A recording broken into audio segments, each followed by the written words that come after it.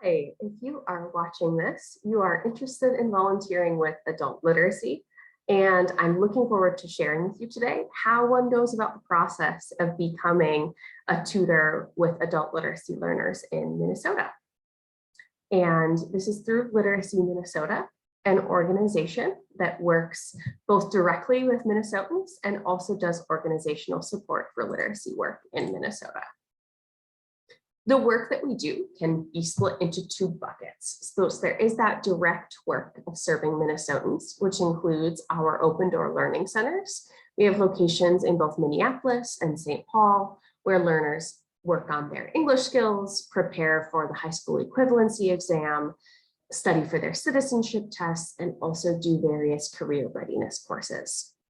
We also work in adult literacy hotline. One amazing thing about Minnesota is that there's a really broad network of resources for adult learners, but it can be challenging for people to figure out what program is right for them. And so we answer calls from prospective learners, their families, friends, social service providers every day, and we do our best to refer folks to the program in the state that is right for them. We also have a literacy-rich preschool at one of our open door locations, our Arlington Hills location, as well as parent mentoring courses. Lastly, we have some more longer term volunteer opportunities through the Summer Reads Vista program, where individuals have the chance to work as reading tutors for K-3 students in summer school. We also do work supporting organizations. So some volunteers will end up matched with our open door learning centers, and other volunteers may end up working with our community partners. And so a key part of what we do is connect with community partners in the Twin Cities and throughout the state, and ask what their volunteer needs are and do our best to match prospective volunteers with those programs. So when you're looking for a program, you may end up matched with the Open Door Learning Center, or you may learn that one of our community partners has the volunteer role, the schedule, or the location that works best for you.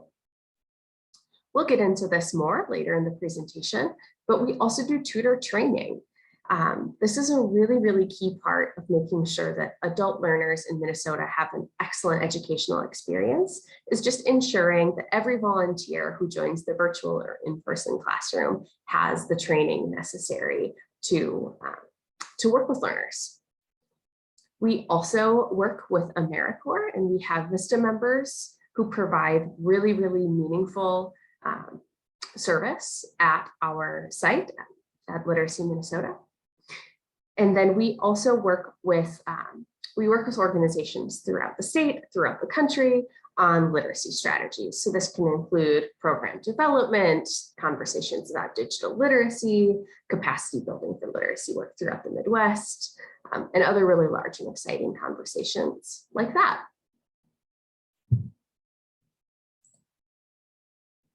Today, we'll be focusing on talking about volunteering with adult literacy. Many folks are also interested in volunteering with children or with youth literacy. That is fabulous. That is not what this presentation will be about today. If this is something you're interested in exploring, we highly recommend that you check out Hands on Twin Cities or the Minnesota Council of Nonprofits to explore opportunities for working with young people on literacy. As I mentioned before, we work with programs in our adult literacy network, which includes open door learning centers and over 75 community partners throughout the state.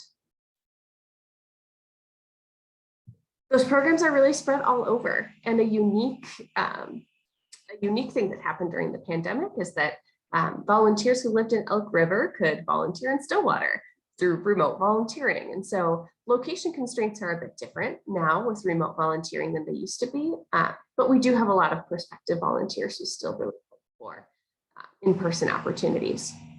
And right now there are both in-person and virtual opportunities available. That's been a big change in the field of adult education due to the pandemic, is a huge rise in remote learning.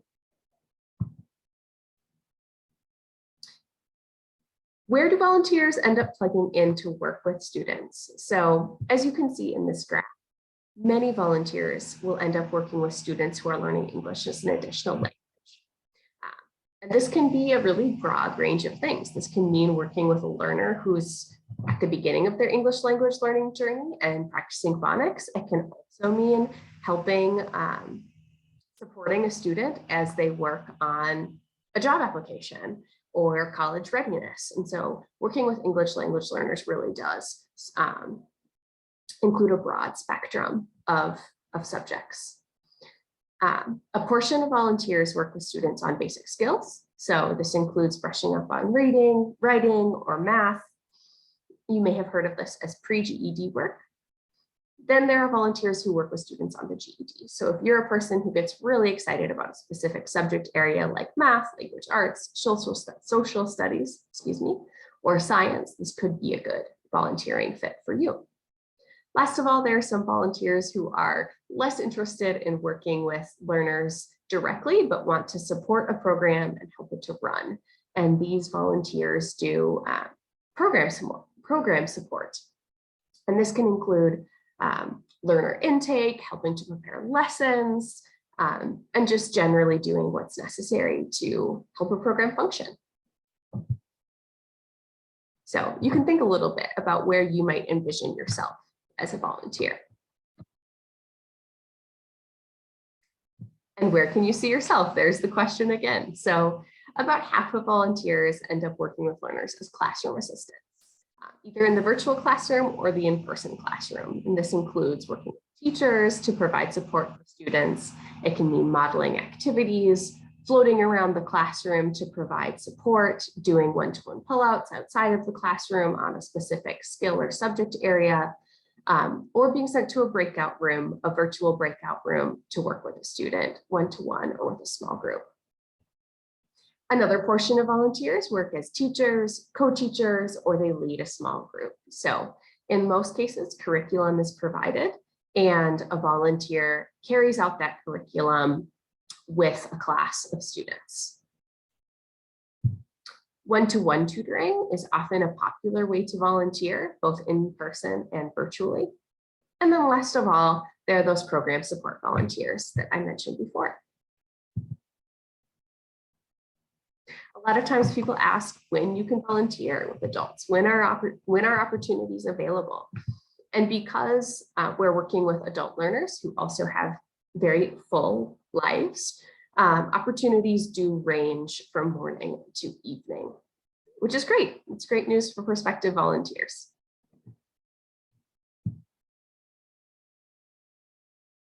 Volunteering with adult learners in Minnesota includes both remote volunteering on online platforms like Zoom, Google Meet, WhatsApp or FaceTime, and it also includes in-person. Different sites have different protocols for pandemic safety, and so knowing that everybody has their own boundaries and their own health risks to consider, we highly recommend that when you connect with a program that you discuss their current protocols with your volunteer coordinator. I do really like to share these statistics. In 2019 to 2020, 2,013 volunteers served over 83,000 hours and worked with 15,881 adult learners. I think these numbers really speak to the fact that when volunteers join in adult education programs and work alongside their neighbors, we see really high impact.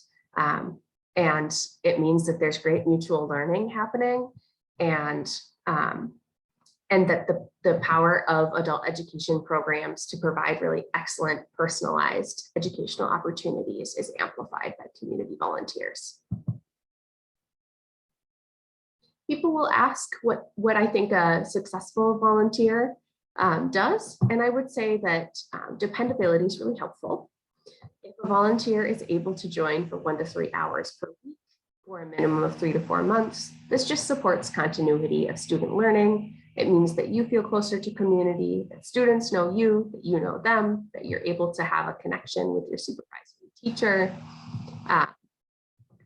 This isn't always possible, but it's just a recommendation, and some programs will require that a volunteer is able to meet these requirements.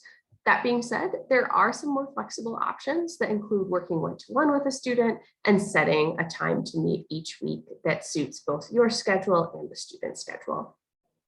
A successful volunteer is ready and raring to complete required training sessions.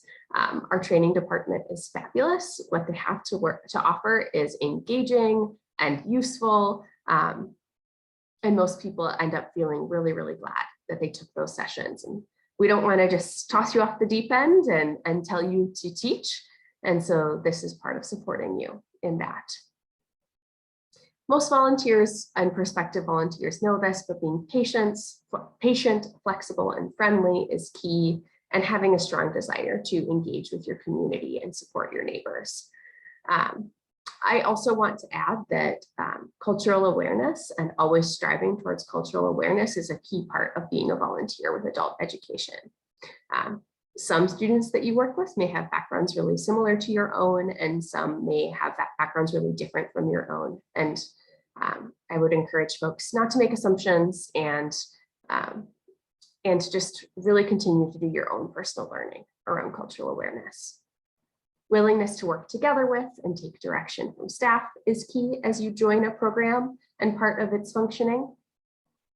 And lastly, almost all adult education programs require that volunteers are 18 years of age. If you're under 18, there may be possibilities for you at K-12 programs.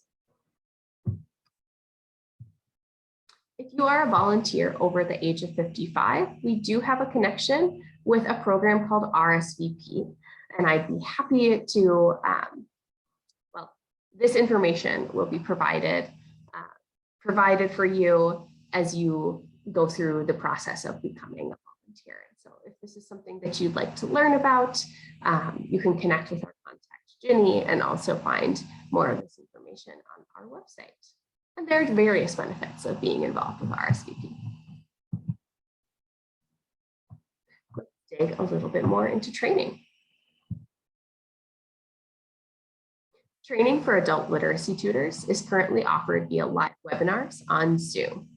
It includes a 12-hour and a 4-hour foundations training, a 12-hour or a 4-hour, depending on your volunteer role. And the topics, the 12-hour training is split into 4 modules. They're called core training modules. And then there are an additional two modules where you can choose. They're called targeted training modules. And these include giving you a landscape of Minnesota adult education, how to use curriculum, working with adult learners, general cultural awareness. It's a really, really comprehensive look at being a volunteer.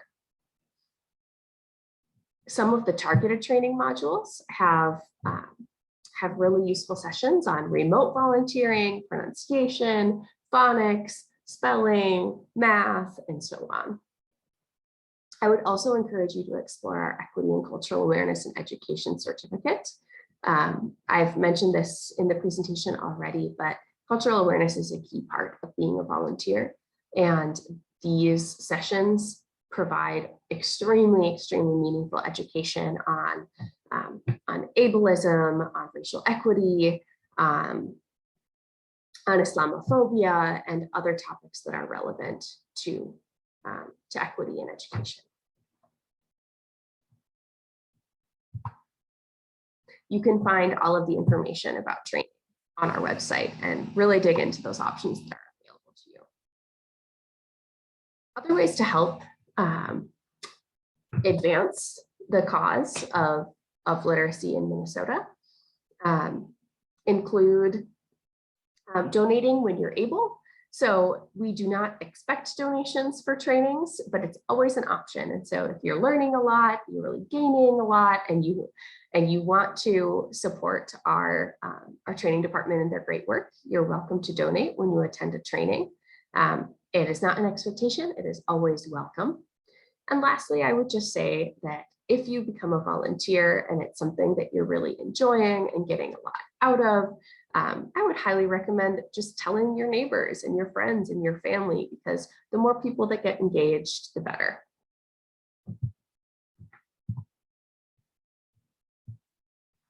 So in order to become a volunteer, there are a few steps. So you'll complete a volunteer interest form on our website if you haven't already, and you'll get a reply, just like responding a bit, asking more about some of your interest, trying to get a sense of what volunteering might look like for you, so that you can work towards getting placed with a program.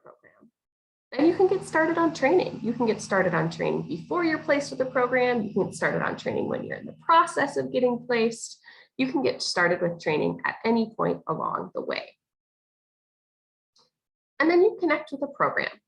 Literacy Minnesota can be engaged in this process.